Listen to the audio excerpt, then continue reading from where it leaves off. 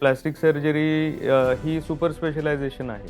म्हणजे काही लोक आहेत जे फक्त कॉस्मेटिक सर्जरीज करतात, काही लोक आहेत जे फक्त बर्न्सच्या सर्जरीज करतात. आजकाल टीनेजर सुद्धा या बरोबर. सर्जरीसाठी येतात. हो, नॉर्मली जे वाढतं वय आपण जे म्हणतो, सो मुलींमध्ये 18-19 पर्यंत, मुलांमध्ये 20-21 वर्षांपर्यंत. कारण चेहऱ्याची रचना चेंज होते. सायन्सची आवड असायला हवं.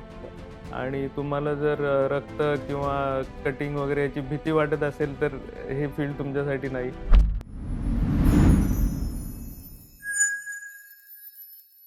सर, स्टुडंट्सने प्लास्टिक सर्जन बनण्यासाठी काय ॲप्टिट्यूड लागतं त्यांना? हे टोटल एज्युकेशनचा जो पिरियड आहे हा फार लाँग असतो. म्हणजे प्लास्टिक सर्जरी ही सुपर स्पेशलायझेशन आहे. बरं. 12वी नंतर एम-बी-बी-एसला ॲडमिशन मिळवणं ही पहिली पायरी असते. एम-बी-बी-एस झाल्यानंतर मग 1 वर्ष इंटर्नशिप असते, ज्याच्यात म्हणजे ॲक्चुअल पेशंट्सशी तुमचा कॉन्टॅक्ट येतो. त्यानंतर पुन्हा एंट्रन्स एक्झाम असते, ज्यानंतर स्पेशलायझेशनला ॲडमिशन मिळते किंवा पोस्ट ग्रॅज्युएशनला. त्यामध्ये तुम्हाला master of surgery MS general surgeon व्हावं लागतं. याला 3 वर्ष लागतात.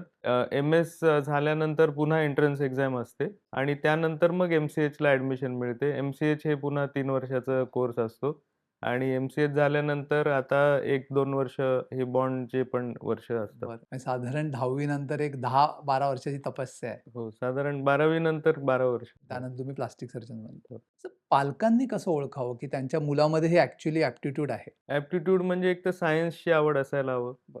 आणि तुम्हाला जर रक्त किंवा कटिंग वगैरे याची भीती वाटत असेल तर हे फील्ड तुमच्यासाठी नाही. एखाद्याला जर भीती वाटत नसेल, की रक्त बघणे किंवा ऑपरेशन्स बघणे, आणि ॲज अ सेड मेहनत करायची तयारी असेल, खूप तासांच्या अवधीला ॲट अ स्ट्रेच तुम्हाला काम करावं लागतं ड्युरिंग रेसिडेन्सी. काही वेळी मी 48 तास, 72 तास झोपायलाही मिळायचं नाही, एवढं कंटिन्युअस काम असायचं. सो तेवढी जर मेहनत घ्यायची तयारी असेल तर तर सर मला सांगा, की प्लास्टिक सर्जरी हाच एक मोठा विषय आहे. बरोबर. त्यामध्ये काही विभाग आहेत का? आता प्लास्टिक सर्जरी ही पण खूप मोठी स्पेशालिटी आहे आणि त्यामध्ये पण आता बरेचसं सब स्पेशलायझेशन आहे.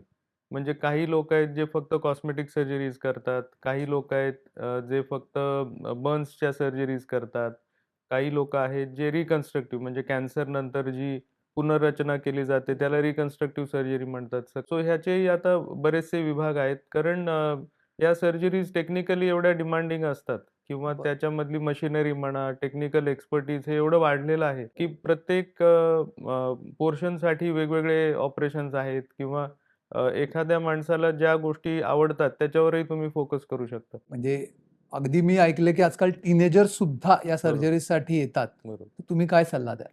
हो, नॉर्मली जे वाढतं वय आपण जे म्हणतो, सो मुलींमध्ये 18-19 पर्यंत नॉर्मली या सर्जरीज केल्या जात नाहीत. मुलांमध्ये 20-21 वर्षांपर्यंत. कारण चेहऱ्याची रचना चेंज होते, जे बोन्सचं स्ट्रक्चर असतं ते चेंज होतं. सो नॉर्मली अडल्टहूड नंतरच या सर्जरीज केल्या जातात. सर, एक लिपोसक्शन नावाचा प्रकार खूप प्रचलित आहे. बरोबर. त्याविषयी तुम्ही आम्हाला सांगाल का?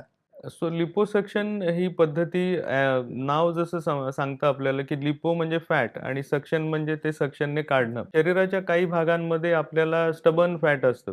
बरं. आपण कितीही डाएट, एक्सरसाइज केलं तरीही त्या भागातलं फॅट तेवढं इझिली कमी होत नाही. सो लिपोसक्शन पद्धतीमध्ये अगदी छोटे 2 मिलीमीटर एवढे बारीक पंक्चर्स असतात, ज्यामधून कॅन्युले म्हणजे हॉलो नीडल्स असतात. त्या एंटर केल्या जातात आणि स्किन आणि मसलच्या मध्ये जी फॅटची लेयर असते, त्यामध्ये पहिले सलाईन इंजेक्ट केलं जातं, ज्याच्याने फॅट हे लूज होतं किंवा लिक्विफाय होतं आणि मग त्या छोट्या पंक्चर्समधूनच हे फॅट आपण काढू शकतो. काढू शकतो. सो त्याने स्किनला एक शेप येतो किंवा बॉडीला एक शेप येतो. सो ही एक स्लिमिंगची ट्रीटमेंट आहे किंवा बॉडीला शेपमध्ये आणण्याची ट्रीटमेंट आहे. तर अजून एक विचारायचं म्हणजे रायनोप्लास्टी. हा सुद्धा एक नवीन प्रकार आहे. बरोबर. तर त्याविषयी तुम्ही आम्हाला सांगाल का?